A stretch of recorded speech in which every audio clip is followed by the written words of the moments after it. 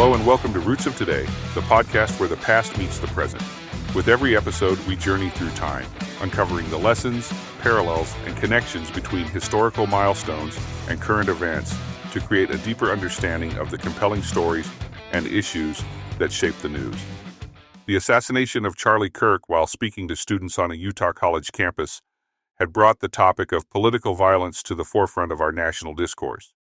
While Kirk was not a political office holder himself, his presence as a political speaker and his work recruiting young voters to the conservative side of the political spectrum had a major impact on not only the 2024 presidential election, which saw Donald Trump return to the White House, but he also greatly improved the Republicans' prognosis for the midterm elections in 2026.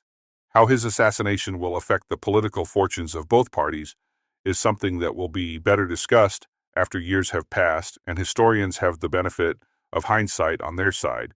But if his memorial service, one that drew over 100,000 people to attend, and one where speaker after speaker vowed to expand the mission that Kirk founded, is any indication, it appears the short-term result will favor the political fortunes of the GOP as well. In this episode, we are going to look at the political assassinations and their political consequences involving three men that have been mostly forgotten by the mainstream American public: President James Garfield, President William McKinley, and Senator Huey of Louisiana. As always, this is Alan, your host, reminding you to grab your coffee, tea, or whatever beverage you prefer as we dive right into the topic at hand. James Abram Garfield's rise to the presidency was as unlikely as his tragic fall. Born in 1831 in a log cabin in Ohio, Garfield grew up poor, worked as a canal boy, and through sheer determination made his way into higher education and eventually politics. A Civil War general and later a congressman, Garfield never set out to become president. In fact, at the Republican National Convention of 1880, he was there only to nominate another candidate. But after 36 ballots and a deadlocked convention, delegates turned to Garfield as a compromise choice. Garfield entered the White House in March 1881 with a reputation for honesty and integrity, but he quickly found himself at the center of the battle over political patronage. At the time, government jobs were often handed out as rewards to party loyalists, the notorious spoils system. Garfield, skeptical of corruption, tried to resist the constant demands for offices and appointments. His refusal to play the game earned him enemies and, tragically, helped create the conditions for his assassination. Charles Guiteau, the man who would kill Garfield, was a delusional and unstable drifter who fancied himself a political thinker. He had written a rambling speech supporting Garfield during the campaign and convinced himself that his contribution entitled him to a prestigious diplomatic post. When Garfield's administration ignored his requests, Guiteau's frustration boiled over into violent obsession. Convinced that God had chosen him to remove the president, Guiteau bought a revolver and began stalking Garfield. On the morning of July 2, 1881, Garfield prepared to leave Washington, D.C. for a trip to New England. At the Baltimore and Potomac Railroad Station, accompanied by two of his sons and Secretary of State James Blaine, Garfield walked through the waiting area. Guiteau approached from behind and fired two shots. One grazed Garfield's arm, and the other lodged deep inside his back near the pancreas. The president collapsed to the floor, bleeding and in shock. Had Garfield received competent medical care, he might have survived. But what followed was a disaster. American doctors in 1881 largely dismissed the new European theories of antiseptic surgery pioneered by Joseph Lister. Instead, Garfield's physicians repeatedly probed his wound with unsterilized fingers and instruments, introducing infection with every attempt. Alexander Graham Bell even devised a metal detector to try to locate the bullet, but interference from the metal bed frame gave false readings. For 79 agonizing days, Garfield lingered.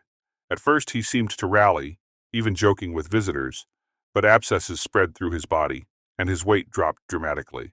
Through the summer heat, doctors tried in vain to stabilize him, moving him to the Jersey Shore in hopes that fresh air would help. Nothing worked. On September 19, 1881, Garfield died of massive infection and internal hemorrhage. He had been president for only 200 days, the second shortest tenure in U.S. history after William Henry Harrison. The nation was stunned. Many mourned not only Garfield's death, but the cruel, drawn-out suffering that preceded it. Newspapers debated whether it was Guiteau or the doctors who had truly killed the president. Guiteau himself seemed to share that view.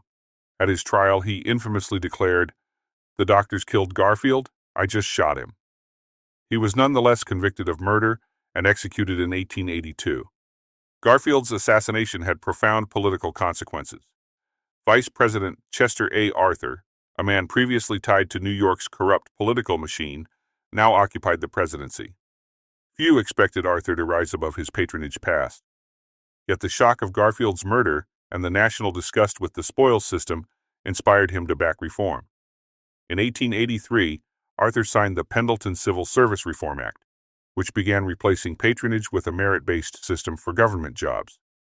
In this sense, Garfield's death, as senseless as it was, became a turning point.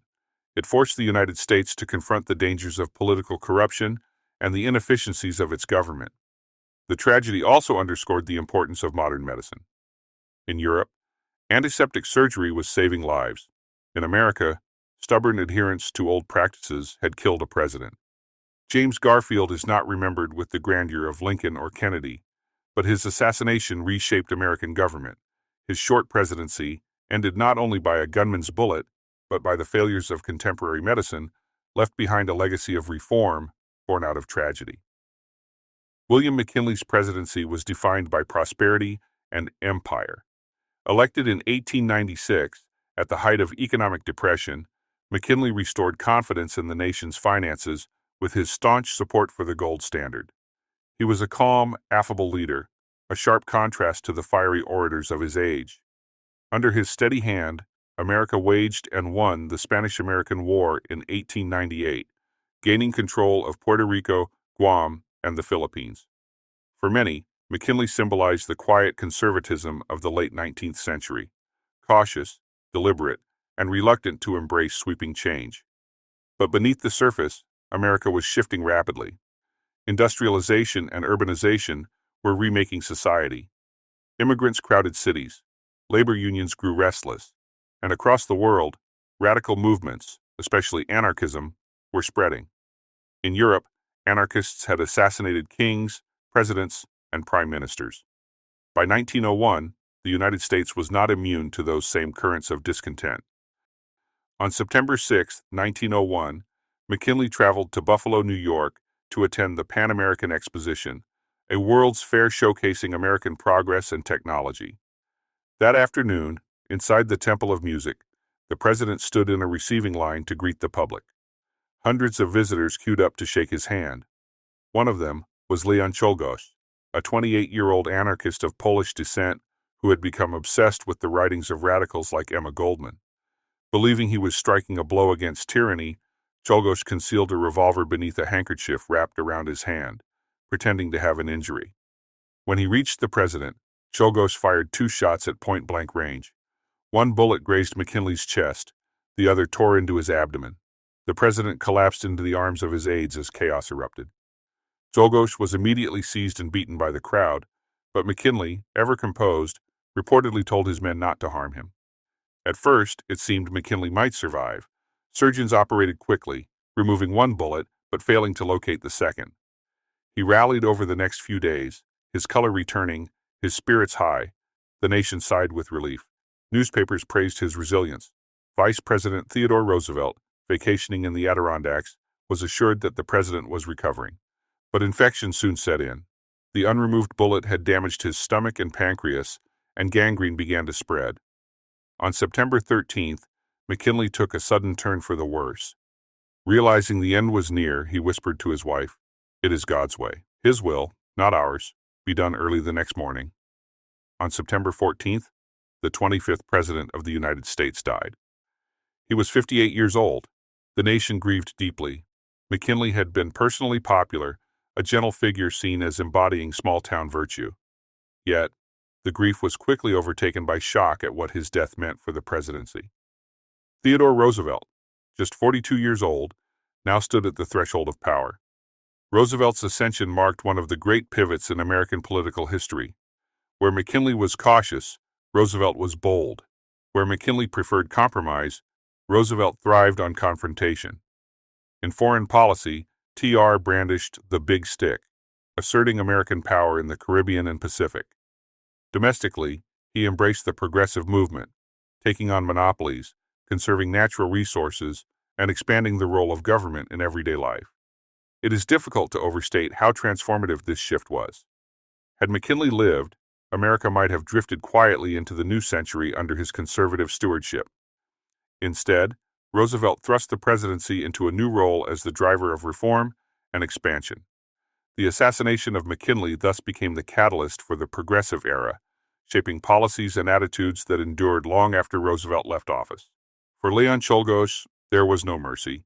He was tried swiftly, convicted, and executed in the electric chair less than 2 months after the shooting.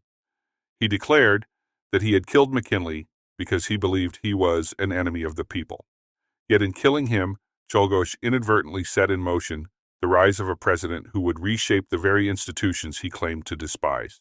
Today, McKinley is often remembered faintly, overshadowed by Roosevelt's giant presence. His name survives in places like Mount McKinley, now restored to Denali, and in the quiet memory of a presidency ended too soon. But the real legacy of McKinley's death is the presidency it created. One bullet in Buffalo not only ended a man's life, but unleashed a leader who would redefine the office itself. In the 1930s, as the Great Depression ravaged the United States, few figures loomed larger, or more controversially, than Huey Pierce Long of Louisiana. Known as the Kingfish, Long was a brilliant orator, a ruthless political operator, and a populist whose vision of wealth redistribution electrified millions of Americans. To his supporters, he was the champion of the poor and downtrodden. To his critics, he was a dangerous demagogue with dictatorial ambitions. His assassination in 1935 cut short a career that might have rewritten the story of the New Deal and American politics. Long's rise was meteoric.